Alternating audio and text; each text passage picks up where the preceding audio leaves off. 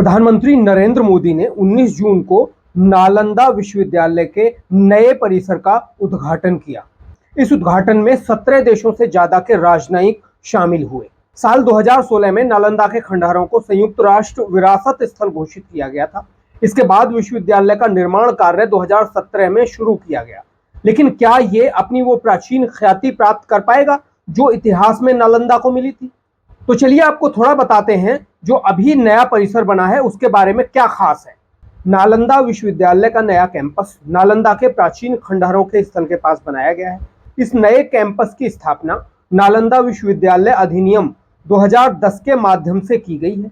इस अधिनियम में स्थापना के लिए 2007 में फिलीपींस में आयोजित दूसरे पूर्वी एशियाई शिखर सम्मेलन में लिए गए निर्णय को लागू करने का प्रावधान किया गया था। इस विश्वविद्यालय परिसर में 137 विदेशी छात्रों को स्कॉलरशिप दी गई है।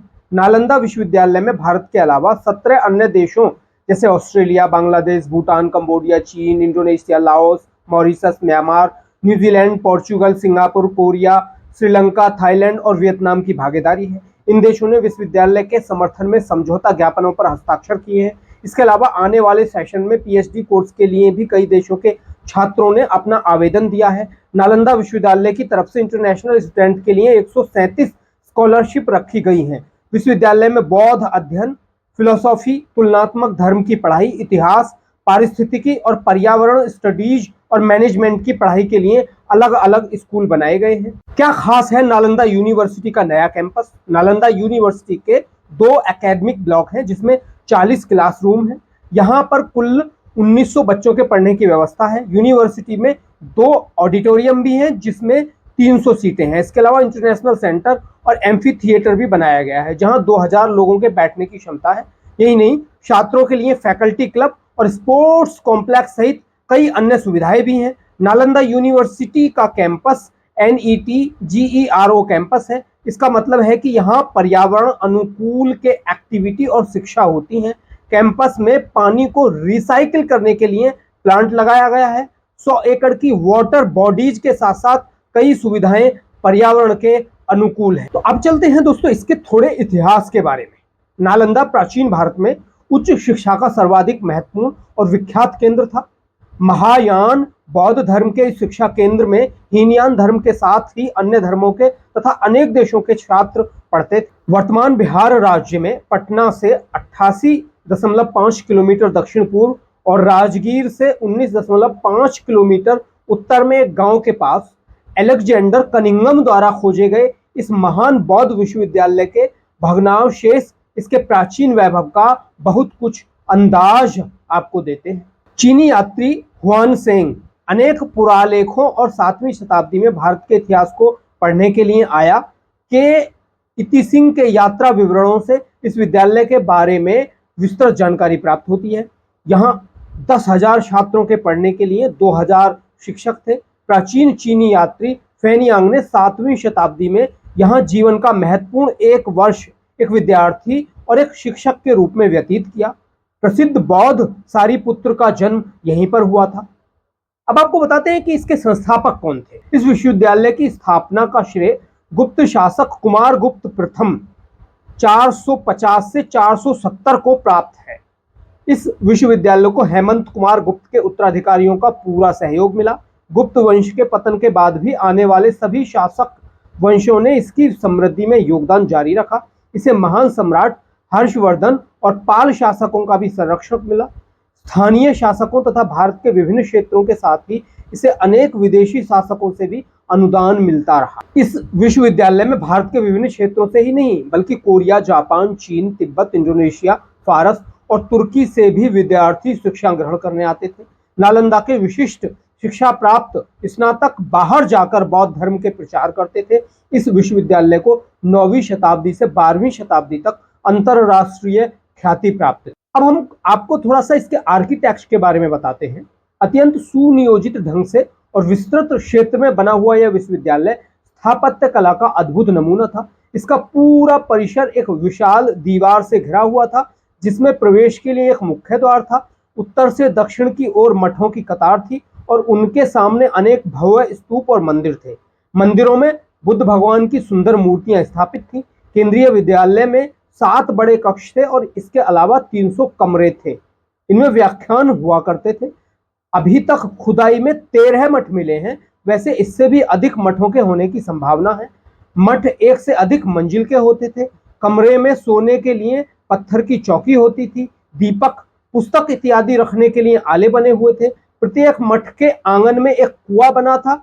8 विशाल भवन, 10 मंदिर, अनेक प्रार्थना कक्ष तथा अध्ययन कक्ष के अलावा इस परिसर में सुंदर बगीचे और झीलें भी थी। अब हम आपको थोड़ा सा बताते हैं इस प्राचीन विश्वविद्यालय के प्रबंधन के बारे में। समस्त विश्वविद्यालय का प्रबंधन कुलपति या प्रमुख आचार्य करते थे, जो भिक्षुओं द्वारा निर्वाचित होते थे। कुलपति तो परामर्शदात्री समितियों के परामर्श से सारा प्रबंध करते थे।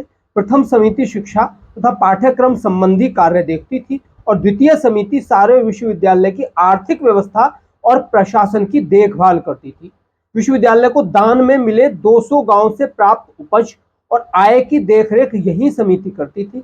इसी से सहस्त्रों विद्यार्थियों के भोजन, कपड़े और आवास का प्रबंधन होता था। अब बात करते हैं थोड़ी सी आचार्यों के बारे में। इस विश्वविद्यालय में 3 श्रेणियों के आचार्य थे, जो अपनी योग्यता अनुसार प्रथम, द्वितीय और तृतीय श्रेणी में आते थे। नालंदा के प्रसिद्ध आचार्यों में शीलभद्र, धर्मपाल, चंद्रपाल, गुणमती और स्थिरमती प्रमुख थे। 7वीं सदी में हेनसांग के समय इस विश्वविद्यालय के प्रमुख शीलभद्र थे, जो एक महान आचार्य, शिक्षक और विद्वान थे। अब देखते हैं इस विश्वविद्यालय के प्रवेश के नियम क्या होते थे। प्रवेश परीक्षा अत्यंत कठिन होती थी और उसके कारण प्रतिभाशाली विद्यार्थी ही प्रवेश पाते थे। उन्हें 3 कठिन परीक्षा स्तरों को उत्तीर्ण करना होता था। यह विश्व का प्रथम ऐसा दृष्टांत है। शुद्ध आचरण और संघ के नियमों का पालन करना अत्यंत आवश्यक था हर विद्यार्थी। अब इसकी अध्ययन और अध्यापन पद्धति कैसी थी, इस पे भी बात करते हैं। इस विश्वविद्यालय में आचार्य छात्रों को मौखिक व्याख्यान द्वारा शिक्षा देते थे। इसके अतिरिक्त पुस्तकों की व्याख्या भी होती थी, शास्त्रार्थ होता रहता था। दिन के हर पहर में अध्ययन तथा शंका समाधान चलता रहता था। इस प्राचीन विश्वविद्यालय के अध्ययन क्षेत्र क्या क्या थे उस वक्त? यहाँ महायान के प्रवर्तक नागार्जुन, वसुबंधु, असंग और धर्मकीर्ति की रचनाओं का सविस्तार अध्ययन होता था। वेद, वेदांत और सांख्य भी पढ़ाए जाते थे। व्याकरण, दर्शन, शल्य विद्या, ज्योतिष, योग शास्त्र और चिकित्सा शास्त्र का भी पाठ्यक्रम इसके अंतर्गत था। नालंदा की खुदाई में मिली अनेक कांसे की मूर्तियों के आधार पर कुछ विद्वानों का मत है कि कदाचित धातु की मूर्तियां बनाने के विज्ञान का भी अध्ययन होता था। यहाँ खगोल शास्त्र अध्ययन के लिए एक विशेष विभाग था। अब आपको बताते हैं इसके पुस्तकालय के बारे में। नालंदा में सहस्त्रों विद्यार्थियों और आचार्यों के अध्ययन के लिए 9 तल का एक विराट पुस्तकालय था, जिसमें 3 लाख से अधिक पुस्तकों का अनुग्रह था। इस पुस्तकालय में सभी विषयों से संबंधित पुस्तकें थी। यह रत्नरंजक, रत्नोधि, रत्न सागर नामक 3 विशाल भवनों में स्थित था। रत्नोधि पुस्तकालय में अनेक अप्राप्य हस्तलिखित पुस्तकें संग्रहित थी। इनमें से अनेक पुस्तकों की प्रतिलिपियां चीनी यात्री अपने साथ ले गए थे। अब वहां छात्रों के रहने के लिए क्या व्यवस्था थी, इस पे थोड़ा सा बात करते हैं। यहाँ छात्रों के रहने के लिए 300 कक्ष बने थे, जिनमें अकेले या एक से अधिक छात्रों के रहने की व्यवस्था थी। 1 या 2 भिक्षु छात्र एक कमरे में रहते थे।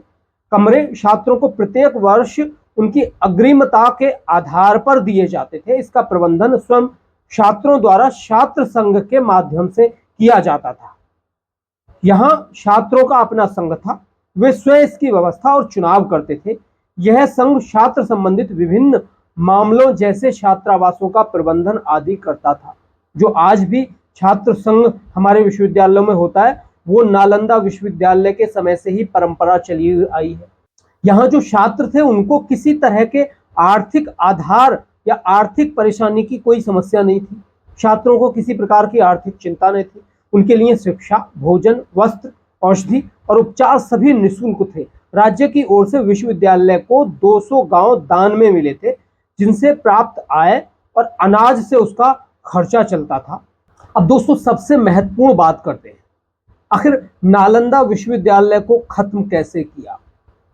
कैसे कुछ लोगों को डर था कि नालंदा विश्वविद्यालय उनके धर्म को खत्म कर देगा और उन्होंने इसे खत्म करने का ठाना। वैसे तो नालंदा विश्वविद्यालय पे 3 बार आक्रमण हुआ था, लेकिन जो पहले 2 बार थे उन आक्रमणों में इसको बहुत ज्यादा नुकसान नहीं हुआ, लेकिन तीसरा जो सबसे विनाशक हमला हुआ था वो इख्तियारुद्दीन मोहम्मद बिन बख्तियार खिलजी और उसकी सेना ने किया था धर्म के नाम पर। 1193 में तुर्क सेनापति इख्तियारुद्दीन मोहम्मद बिन बख्तियार खिलजी और उसकी सेना ने प्राचीन नालंदा विश्वविद्यालय को नष्ट कर दिया था। ऐसा माना जाता है कि धार्मिक ग्रंथों के जलने के कारण भारत में एक बड़े धर्म के रूप में उभरते हुए बौद्ध धर्म को सैकड़ों वर्षों तक का झटका लगा और तब से लेकर अब तक यह पूर्ण रूप से इन घटनाओं से नहीं उबर सका। यहाँ जो तमाम पुस्तकें थीं, करीब 90 लाख ऐसी पुस्तकें थीं जो लगातार जला दी गईं और कहा यह जाता है कि 3 से 6 महीने तक वो पुस्तकें जलती रही थी। दोस्तों, अब आपको बख्तियार खिलजी के नालंदा विश्वविद्यालय पे हमला करने की कहानी बताते हैं। कैसे उसने हमला किया था, क्या सोचकर उसने हमला किया था। उस समय बख्तियार खिलजी ने उत्तर भारत में बौद्धों द्वारा प्रशासित कुछ क्षेत्रों पर कब्जा कर लिया था और एक बार वह काफी बीमार पड़ा। उसने अपने हकीमों से काफी इलाज करवाया मगर वह ठीक नहीं हो सका और मरणासन स्थिति में पहुंच गया। तभी किसी ने उसको सलाह दी कि वह नालंदा विश्वविद्यालय के आयुर्वेद विभाग के प्रमुख आचार्य राहुल श्रीभद्र को दिखाए और इलाज करवाए, परंतु खिलजी इसके लिए तैयार नहीं था। उसे अपने हकीमों पर ज्यादा भरोसा था। वह यह मानने को तैयार नहीं था कि भारतीय वैद्य उसके हकीमों से ज्यादा ज्ञान रखते हैं या ज्यादा काबिल हो सकते हैं, लेकिन अपनी जान बचाने के लिए उसको नालंदा विश्वविद्यालय के आयुर्वेद विभाग के प्रमुख आचार्य राहुल श्रीभद्र को बुलाना पड़ा। फिर बख्तियार खिलजी ने वैधराज के सामने एक अजीब सी शर्त रखी और कहा कि मैं उनके द्वारा दी गई किसी भी प्रकार की दवा नहीं खाऊंगा, बिना दवा के वो उसको ठीक करे। वैधराज ने सोचकर उसकी शर्त मान ली और कुछ दिनों के बाद वो खिलजी के पास एक कुरान लेकर पहुंचे और कहा कि इस कुरान की पृष्ठ संख्या इतने से इतने तक पढ़ लीजिए, ठीक हो जाएंगे। बख्तियार खिलजी ने वैधराज के बताए अनुसार कुरान को पढ़ा और ठीक हो गया। ऐसा कहा जाता है कि राहुल श्रीभद्र ने कुरान के कुछ पन्नों पर एक दवा का लेप लगा दिया था। खिलजी थूक के साथ उन पन्नों को पढ़ता गया और ठीक होता चला गया। खिलजी इस तथ्य से परेशान रहने लगा कि एक भारतीय विद्वान और शिक्षक उनको उनके हकीमों से ज्यादा ज्ञान दे रहा है। फिर उसने भारत से ज्ञान, बौद्ध धर्म और आयुर्वेद की जड़ों को नष्ट करने का फैसला किया। परिणाम स्वरूप खिलजी ने नालंदा की महान पुस्तकालय में आग लगा दी और लगभग 90 लाख पांडुलिपियों को जला दिया। ऐसा कहा जाता है कि नालंदा विश्वविद्यालय में इतनी किताबें थीं कि वह 3 से 6 महीने तक जलती रहीं। इसके बाद खिलजी के आदेश पर तुर्की आक्रमणकारियों ने नालंदा के हजारों धार्मिक विद्वानों और भिक्षुओं का कत्ल कर दिया। इस बात का जिक्र कई मुस्लिम विद्वानों की किताबों में आता है। तकाबे नासिरी फारसी इतिहासकार मिनहाजुद्दीन सिराज द्वारा रचित की गई पुस्तक है। इसमें मोहम्मद गौरी की भारत विजय और तुर्की सल्तनत के आरंभिक इतिहास की लगभग 1260 ईस्वी तक की जानकारी मिलती है। मिनहाज ने अपनी इस कृति को गुलाम वंश के शासक नसीरुद्दीन महमूद को समर्पित किया था। उस समय मिनहाज दिल्ली का मुख्य काजी था। इस पुस्तक में मिनहाजुद्दीन सिराज ने नालंदा विश्वविद्यालय के बारे में भी बताया है कि खिलजी और उसकी तुर्की सेना ने हजारों भिक्षुओं और विद्वानों को जलाकर मार दिया, क्योंकि वह नहीं चाहता था कि बौद्ध धर्म का विस्तार हो। वह इस्लाम धर्म का प्रचार प्रसार करना चाहता था। नालंदा की लाइब्रेरी में उसने आग लगवा दी, सारी पांडुलिपियों को जला दिया और कई महीनों तक आग जलती रही। अब नालंदा के आपको हम कुछ और फैक्ट बताते हैं। नालंदा शब्द संस्कृत के 3 शब्द ना प्लस आलम प्लस दा से बना है। इसका अर्थ ज्ञान रूपी उपहार पर कोई प्रतिबंध न रखना से, यानी कि नालंदा शब्द में ही उसकी खासियत छिपी हुई है। नालंदा में किसी तरह का कोई भेदभाव नहीं किया जाता था। धर्म के आधार पर सभी को शिक्षा दी जाती थी, उनकी बुद्धिमत्ता के आधार पर, उनकी क्वालिफिकेशन के आधार पर, उनकी क्वालिटी के आधार। नालंदा की लाइब्रेरी में करीब 90 लाख पांडुलिपियां और हजारों किताबें रखी हुई थी। नालंदा विश्वविद्यालय को दूसरे सबसे प्राचीन विश्वविद्यालय माना जाता है तक्षशिला के बाद। क्या आप जानते हैं कि ये 800 साल तक अस्तित्व में रही? नालंदा विश्वविद्यालय का इतिहास चीन के वैनसांग और इत्सिंग ने खोजा था। ये दोनों 7वीं शताब्दी में भारत आए थे। इन्होंने इसे दुनिया का सबसे बड़ा विश्वविद्यालय भी बताया। इस विश्वविद्यालय में चयन मेरिट के आधार पर होता था और निःशुल्क शिक्षा दी जाती थी। साथ ही उनका रहना और खाना भी पूरी तरह निःशुल्क होता था। तक्षशिला में तकरीबन 10,000 विद्यार्थी थे और 2,000 अध्यापक थे। तक्षशिला में भारत ही नहीं बल्कि कोरिया, जापान, चीन, तिब्बत, इंडोनेशिया, ईरान, ग्रीस, मंगोलिया आदि देशों के छात्र पढ़ने आते थे। नालंदा में ऐसी कई मुद्राएं मिली हैं जिससे ज्ञात होता है कि इसकी स्थापना 5वीं शताब्दी में गुप्त वंश के शासक कुमार गुप्त ने की थी। नालंदा विश्वविद्यालय को बनाने का उद्देश्य ध्यान और अध्यात्म के लिए स्थान को बनाने से था और ऐसा कहा जाता है कि गौतम बुद्ध खुद कई बार यहाँ ध्यान करने के लिए रुके थे। नालंदा विश्वविद्यालय की लाइब्रेरी 9 मंजिला थी और इसके 3 भाग थे, रत्न रंजक, रत्नोधि और रत्न सागर। क्या आप जानते हैं कि इसमें धर्मगूंज नाम की लाइब्रेरी भी थी? इस विश्वविद्यालय में हर्षवर्धन, धर्मपाल, वसुंध बंधु, धर्मकीर्ति, आर्यवेद, नागार्जुन आदि कई अन्य विद्वानों ने पढ़ाई की। उस समय नालंदा विश्वविद्यालय में literature, astrology, psychology, law, astronomy, science, warfare, इतिहास, मैथ्स, आर्किटेक्चर, भाषा विज्ञान, इकोनॉमिक, मेडिसिन सभी विषय पढ़ाए जाते। सबसे खास बात इस विद्यालय की ये थी कि कोई भी फैसला सबकी सहमति से लिया जाता था, यानी अध्यापकों के साथ छात्र भी अपनी राय देते थे, यानी यहाँ पूर्ण लोकतंत्र था। नालंदा विश्वविद्यालय के अवशेष 1.5 लाख वर्ग किलोमीटर में फैले हैं। ऐसा माना जाता है कि इस विश्वविद्यालय का सिर्फ 10% हिस्सा ही अभी मिला है। ऐसा कहना गलत नहीं होगा कि नालंदा विश्वविद्यालय दुनिया का दूसरा सबसे प्राचीन विश्वविद्यालय है, जिसे इख्तियारुद्दीन मोहम्मद बिन बख्तियार खिलजी ने नष्ट कर दिया था।